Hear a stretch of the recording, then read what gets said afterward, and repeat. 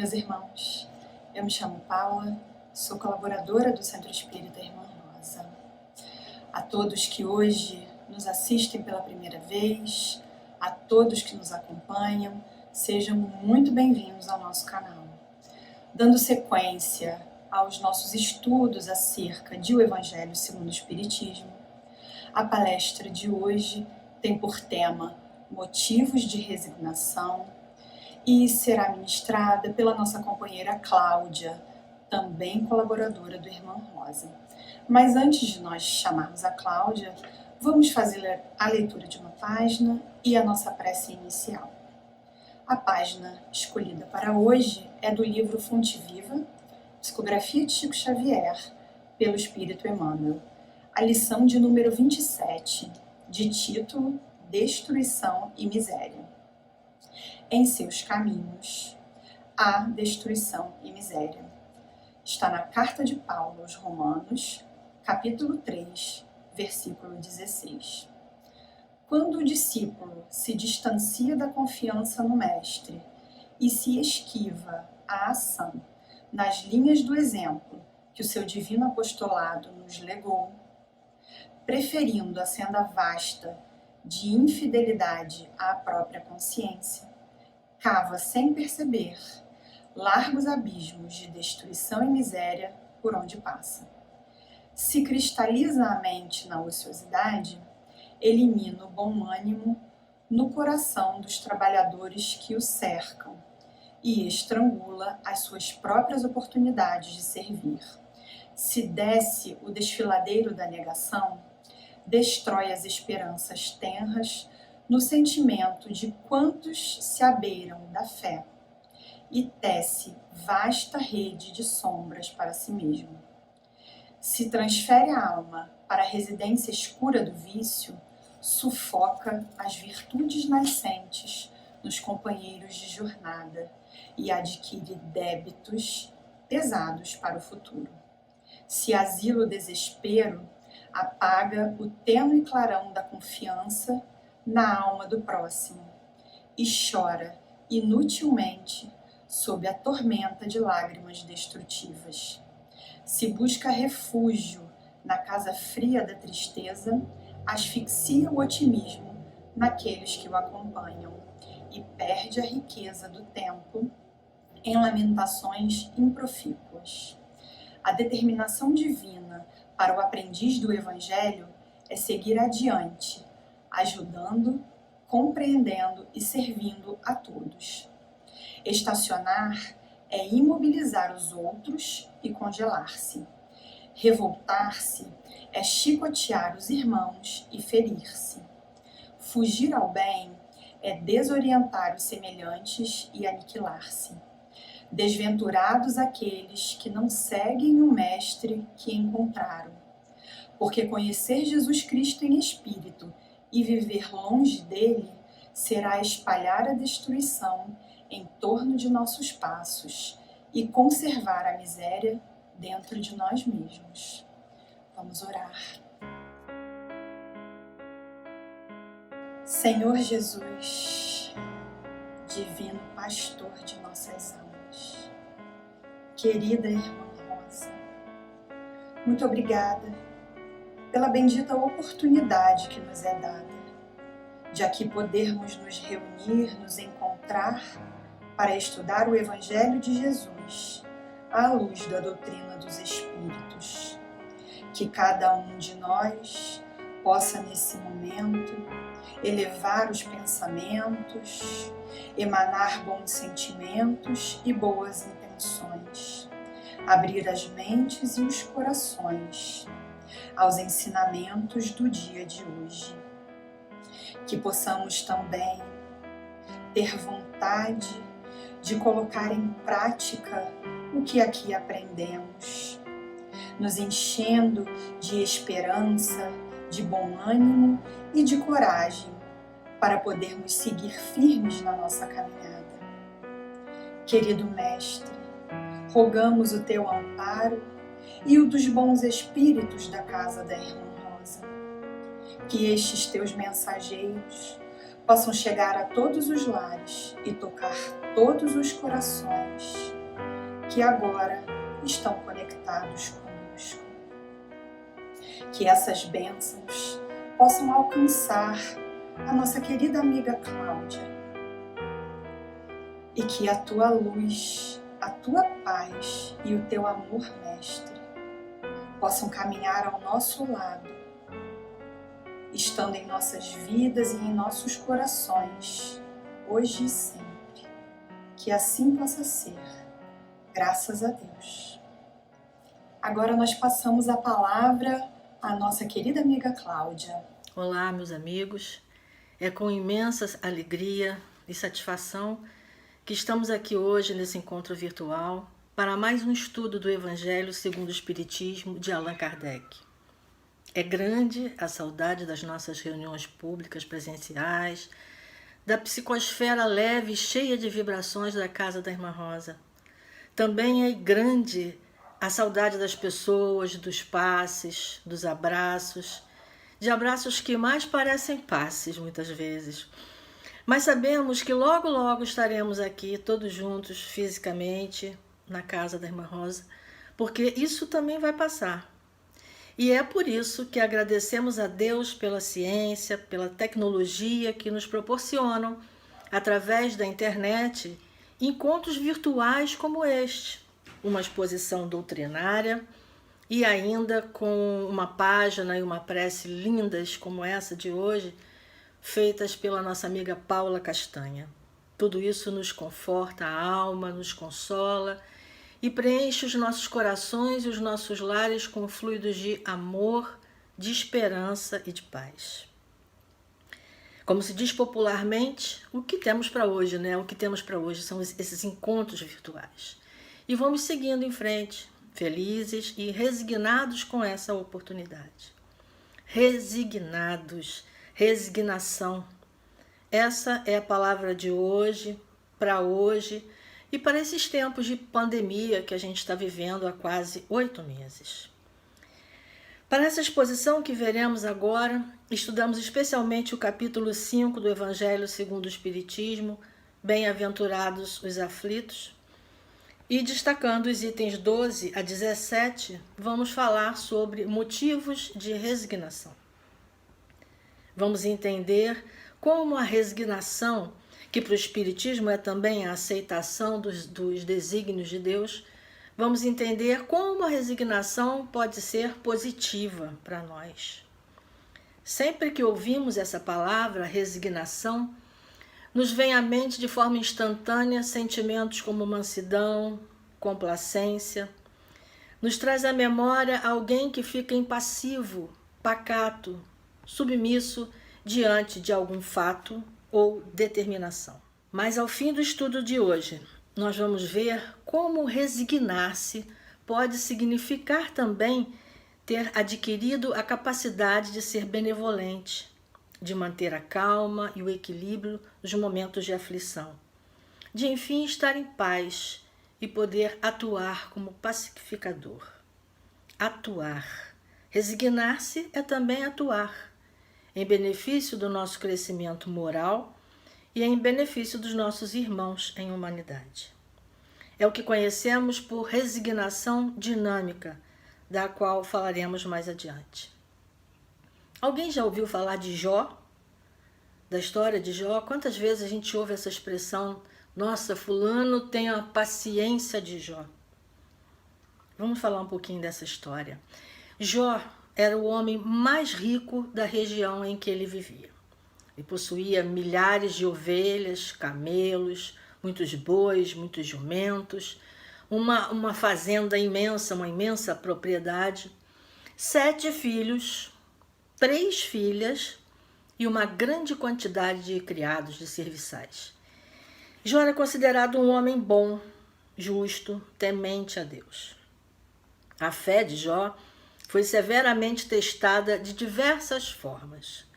No mesmo dia, a sua propriedade foi invadida e saqueada, seus rebanhos foram roubados, seus empregados assassinados e seus filhos e filhas morreram quando a casa desabou sobre eles em meio a um vento muito forte vindo do deserto.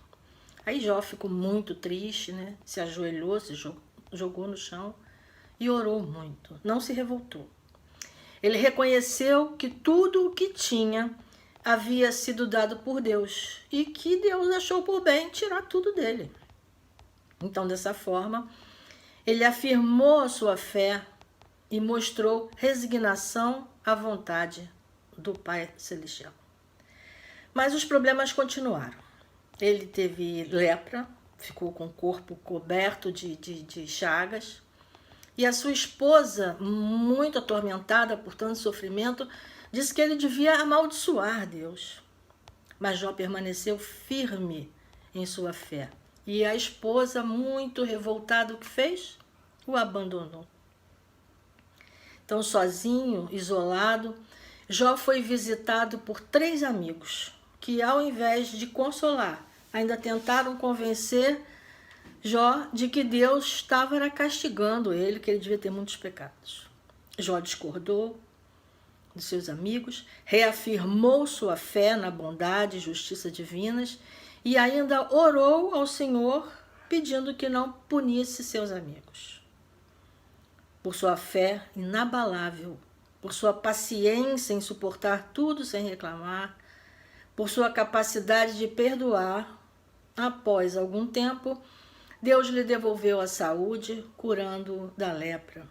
E depois Jó conseguiu reaver todos os seus bens e ainda os duplicou. Se casou de novo e teve mais de 10 filhos.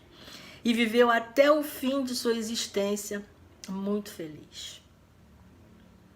Essa história de Jó me fez lembrar uma narrativa do anedotário popular que fala de um comerciante muito próspero chamado Salim, que conta a um amigo a sua vida com sua esposa Sara. E ele fala assim para o amigo: Salim tinha loja, loja pegou fogo, Salim perdeu tudo, mas Sara sempre comigo. Salim perdeu mansão para dívida e Sara sempre ao lado de Salim. Agora estou aqui muito doente e Sara cuida de mim. Sara está sempre comigo. Salim, então, ele continua a relatar os seus infortúnios e, ao final, ele pergunta ao seu amigo: o que eu posso pensar disso? Ao que o amigo responde que Sara o ama muito. E Salim finaliza, muito revoltado: não, eu penso é que Sara não traz sorte para Salim. Vejam, 2 histórias parecidas, porém 2 formas completamente distintas de encarar a vida. Qual a diferença entre Jó e Salim? Salim se revolta e atribui seus problemas à simples falta de sorte e, o que é o pior, ainda culpa a esposa por tudo. E Jó? O que podemos extrair da passagem de Jó? Muitas coisas, né? Jó é um exemplo de fé, do exercício da caridade através do perdão e da oração. Um verdadeiro exemplo de amor, de humildade, paciência e de resignação diante de tantas aflições. Jó, de uma certa forma, sabia que a causa de seus infortúnios estava nele próprio e na justiça divina. No capítulo 5, Bem-aventurados os aflitos, item 12, intitulado Motivos de Resignação, Kardec começa dizendo que quando Jesus, em suas bem-aventuranças, diz que felizes são os aflitos, pois serão consolados, ele quer demonstrar, palavras de Kardec, a compensação que espera os que sofrem e a resignação que abençoa o sofrimento como o prelúdio da cura. Mas é bom a gente observar que a gente não pode também achar que o Espiritismo enaltece o sofrimento. Sofrer não é bom. Se fosse bom, não doía tanto. Mas o sofrimento é como um mertiolate no machucado que arde e passa. Ou aquele remédio amargo que cura. E é aí, no momento da cura, justamente que surge o alívio, a felicidade. A gente tem por hábito estar numa boa, estar em paz, quando as coisas funcionam como a gente espera, né? Mas qualquer motivo pode nos tirar da calmaria. Qualquer pedra no caminho, qualquer opinião contrária à nossa, qualquer aflição, e a gente já fica meio nervoso, de mal com Deus, olha para o alto e pergunta: por que eu? A doutrina espírita nos esclarece que as aflições que nos atingem são efeitos causados por ações nossas e por nossas escolhas nesta existência ou em existências pretéritas. É lei de causa e efeito, não é castigo de Deus. Nós já estudamos e já sabemos também que quando a gente está na erraticidade no plano espiritual, prestes a reencarnar, podemos participar do nosso planejamento reencarnatório e até escolher as provas e ficarmos cientes das expiações pelas quais iremos passar na próxima encarnação. Mas quando reencarnamos, temos a bênção do esquecimento e acabamos reclamando muitas vezes do que nos acontece, do que foi provocado ou escolhido por nós mesmos e nos revoltamos contra Deus. E aí, nesse momento da dúvida, da revolta contra os desígnios de Deus, é que a gente acaba adquirindo uma dívida nova e ainda perde o benefício do sofrimento, como diz Kardec. Já quando a gente se resigna, suportando nossas dores, vamos resgatando débitos e o que é melhor, sem contrair novas dívidas. Dessa forma, as provas e as expiações que a gente enfrenta podem ser consideradas, na verdade, um bem, porque purificam o nosso espírito, curam as feridas e apagam cicatrizes perispirituais. E quando elas são suportadas com resignação ou com a resignação dinâmica, promovem nossa ascensão moral, nos ajudando a exercitar virtudes como a humildade, a calma e a paciência. Ter resignação é, acima de tudo, ter fé. Tendo fé em Deus e em suas leis, nós enfrentamos as aflições, os sofrimentos com mais força e confiança, com a certeza de que no final vai dar tudo certo, porque sabemos que estamos pagando dívidas, ou seja, resgatando nossos equívocos. E como é bom, ai, como é bom quando a gente tem uma dívida material e consegue pagar, não é? Ah, que alívio que dá. Imagine então a quitação de uma dívida moral. No livro O Consolador, de Chico Xavier, psicografado por Emmanuel, de Emmanuel, psicografado por Chico Xavier, Emmanuel diz a respeito da fé que ter fé é guardar no coração a luminosa certeza em Deus. E é essa certeza justamente que nos traz e nos faz resignados. Mas calma, não pensem que resignar-se é apenas aceitar, cruzar os braços e ficar esperando que a tempestade passe, que a vontade de viver caia do céu como providência divina. Não. Resignar-se é também transformar, autotransformar. É descobrir-se forte e capaz de transformar a dor em trabalho produtivo, ocupando a nossa mente, engrandecendo nossa alma, ao mesmo tempo em que a gente proporciona consolo e conforto a tantas outras pessoas que sofrem a mesma dor que nós, ou por vezes dores até maiores que as nossas.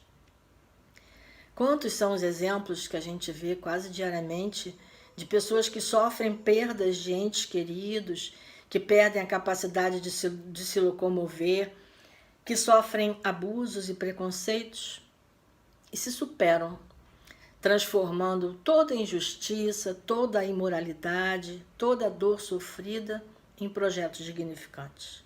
Vemos muitos. Quantos projetos também ligados, por exemplo, à doação de medula, doação de sangue, iniciativas sociais em comunidades pelo progresso profissional, e pela vontade de viver não foram desencadeados por sofrimentos, por exemplo, de mães que perderam seus filhos para a doença, para a violência ou para o suicídio. Resignar-se é sim ter fé.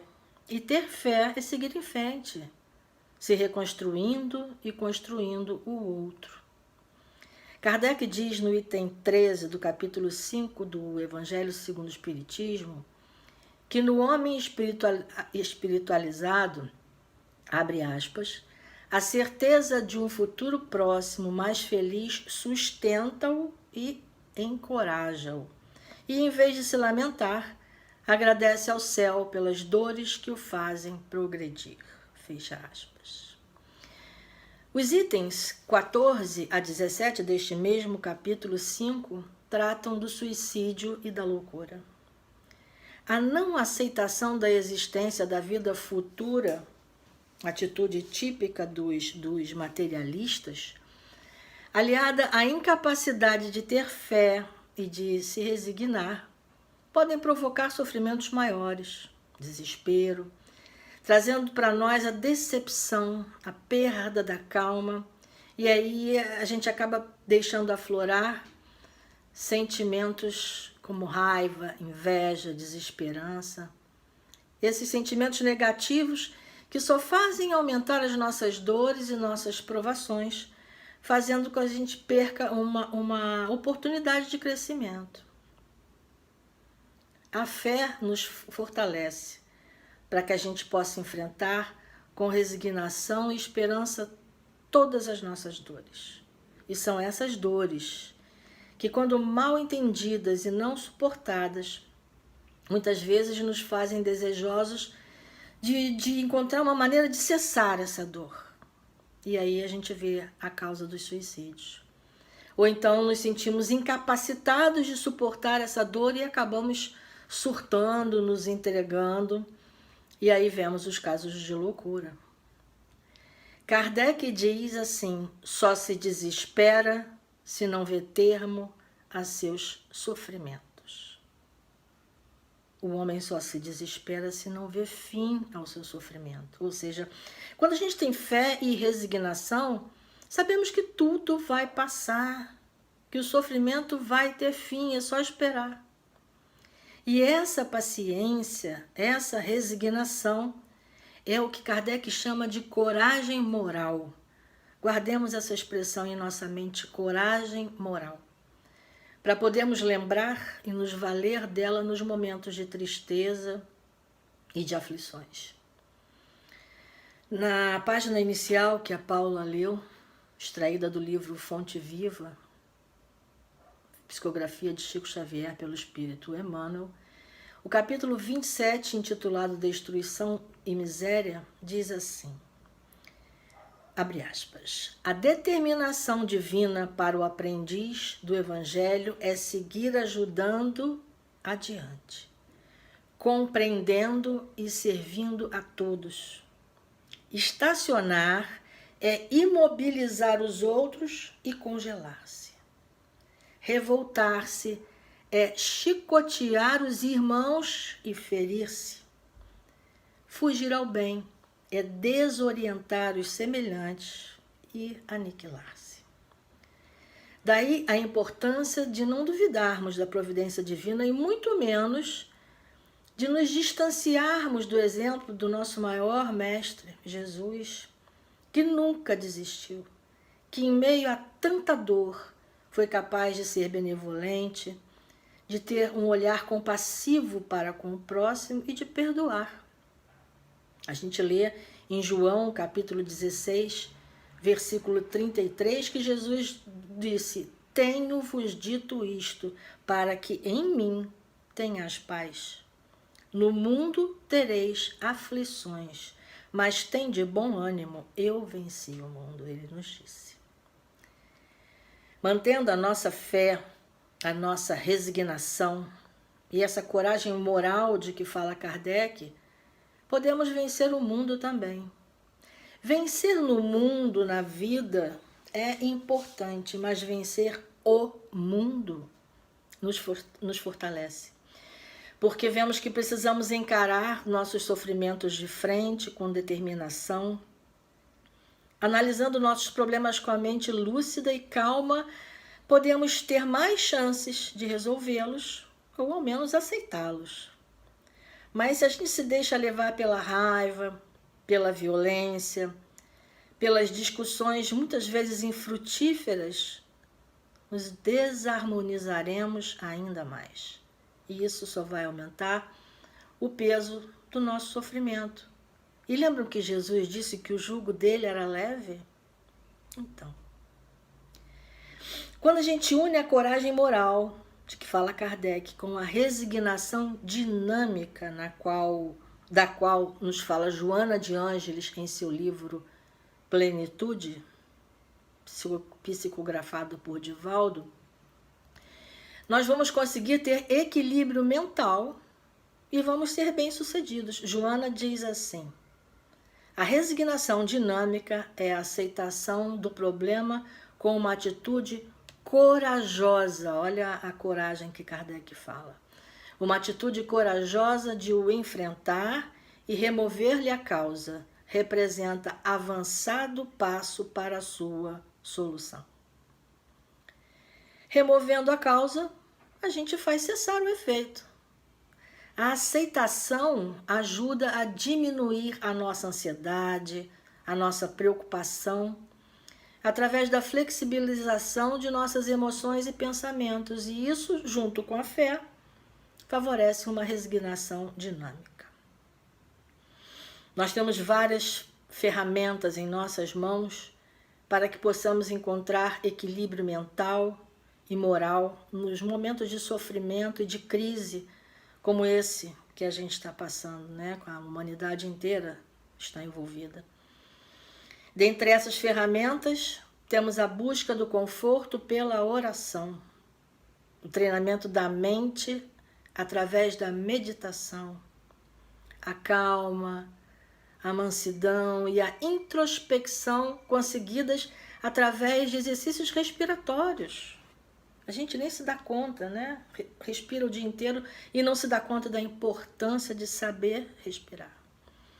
Todas essas práticas nos auxiliam a vencer a dor, o medo, a ansiedade, a depressão, o sofrimento físico ou moral e nos impulsionam para frente e para o alto. Se necessário for, podemos também buscar ajuda terapêutica para que a gente possa descobrir e lidar com nossas sombras, nossas angústias, né, encontrando suas causas, bem como fazer brilhar nossa luz interior, nossa centelha divina, nos autoconhecendo, descobrindo dons e também nos impulsionando para vencer na vida e vencer o mundo. A resignação é resultado do exercício da fé raciocinada e do controle emocional. Tentemos praticar esses conceitos em nosso dia a dia. Fé raciocinada e controle emocional. São vários os motivos que podem nos levar à resignação nos momentos de sofrimento e dificuldades em cada existência de nossa vida. Mas podemos destacar os seguintes motivos de resignação. O primeiro deles é a confiança incondicional em Deus e na sua sabedoria e amor. Precisamos acreditar em Deus, como um filho acredita em um pai amoroso. Acreditando nessa paternidade divina, seremos gratos por tudo o que acontece em nossas vidas. E a gratidão é também um bom motivo de resignação. Eu vou dar um exemplo bem bobo. No dia que eu acordei inspirada a gravar essa palestra, o vizinho de cima resolveu continuar uma obra. Nossa! Quando eu comecei a me irritar, eu pensei, calma, Cláudia. Agradece a Deus por ter ouvidos para ouvir esse barulho, por ter uma casa com um teto em cima da sua cabeça que te abriga. E o que é melhor? Poder estar aqui, na minha casa, com saúde. Um outro motivo de resignação é ter a certeza da imortalidade da alma, porque isso nos leva a entender as dores, a impermanência dos acontecimentos, não só os maus, mas também os bons, fazendo com que a gente possa aproveitar cada instante de forma produtiva, ao invés de vivermos reclamando, choramingando por aí. Como consequência da imortalidade da alma, nós temos a certeza da reencarnação, das existências sucessivas que permitem a nossa evolução moral, que nos ajudam a entender que as dificuldades vividas na experiência corpórea garantem nosso crescimento espiritual, principalmente quando a gente aceita as coisas que nos acontecem, as vivencia com resignação. Um outro motivo é a compreensão da lei de causa e efeito. Porque a gente já falou, podemos conhecer, de certa forma, as causas dos nossos sofrimentos pelos efeitos que a gente sente, pelo que nos acontece, e ajuda assim a evitar as causas que provocam novos acontecimentos. Nós temos outros motivos que nos levam à resignação, a lista é bem grande, mas fechamos nosso encontro, fechamos essa juntada de motivos, lembrando que estamos de passagem na Terra. A Terra é esse planeta de provas, expiações. Estamos aqui em busca de nossa evolução através do amor. E principalmente sabendo que sofrer mais ou sofrer menos depende só da gente. Sabemos que a dor ensina.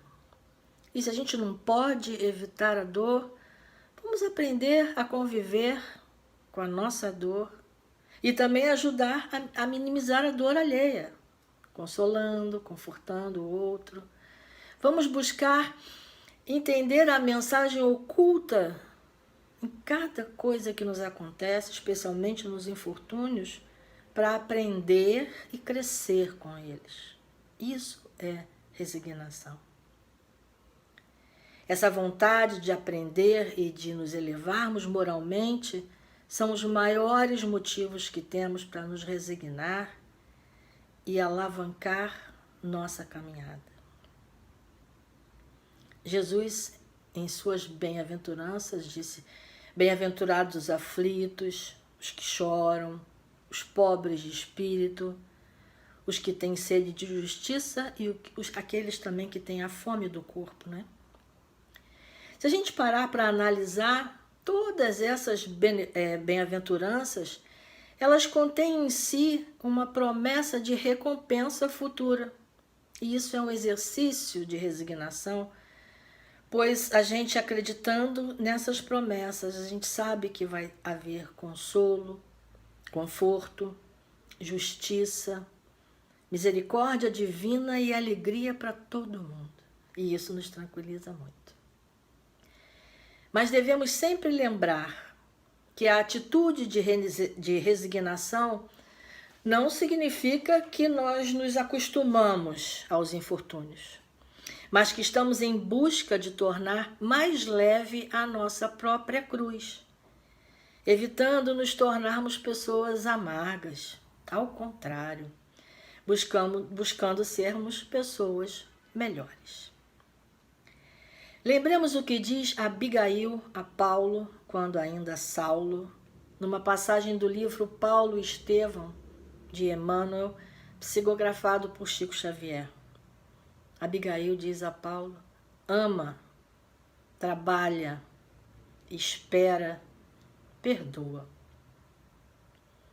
Assim fez Jó, que continuou amando seus irmãos e confiando em Deus, apesar de tantos infortúnios. Jó prosseguiu trabalhando e sendo benevolente para com todos. Soube esperar com humildade e resignação, muita fé. E perdoou, pediu perdão, orou por sua esposa e seus amigos tão desesperançados. amar, trabalhar, esperar e perdoar. Essas também são atitudes de resignação e grandes gatilhos que nos levam à felicidade. Eu gostaria de encerrar essa exposição de hoje com uma pequena mensagem de Chico Xavier que diz assim: para os dias bons, gratidão. Para os dias difíceis, fé. Para os dias de saudade, tempo. Para todos os dias, coragem. Olha a coragem de novo aí, né? A coragem de que falou Kardec, Joana, nesse versinho do nosso querido Chico Xavier.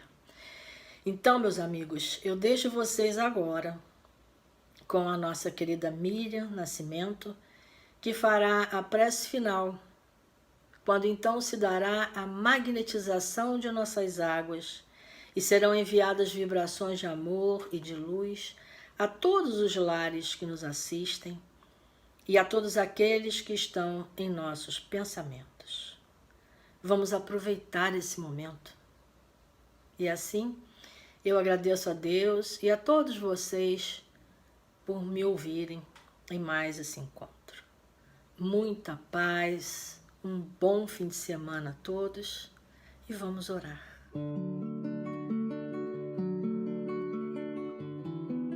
Jesus, amado Mestre querido, nosso irmão,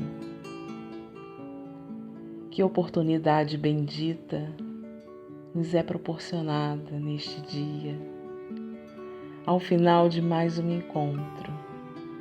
Nosso coração está repleto de gratidão. Senhor, aqui estamos para agradecer esses momentos diários que nos enchem de alegria e de esperança. Pedimos, Senhor, que interceda junto ao Pai por nós, para que sempre possamos ter no nosso dia a dia, nos nossos desafios, esses momentos esclarecedores, que possamos despertar em nós a esperança, apesar de tantas dificuldades, de tantos momentos, às vezes, de angústia, de desânimo. Enxergamos em Ti, na Tua mensagem, explorada de forma majestosa e esclarecedora pela doutrina dos Espíritos, nos trazendo essa luz que nos guia no caminho do bem. Amado Mestre, interceda junto também a essa equipe responsável pela fluidificação da água, por essas vibrações que adentram os nossos lares nesse instante. Obrigada, Senhor. Que possamos reconhecer a importância desta encarnação, de cada passo que damos, de cada progresso que fazemos, de cada luz que se acende, quando nós finalmente compreendemos o poder do Teu amor. Que assim seja, graças a Deus.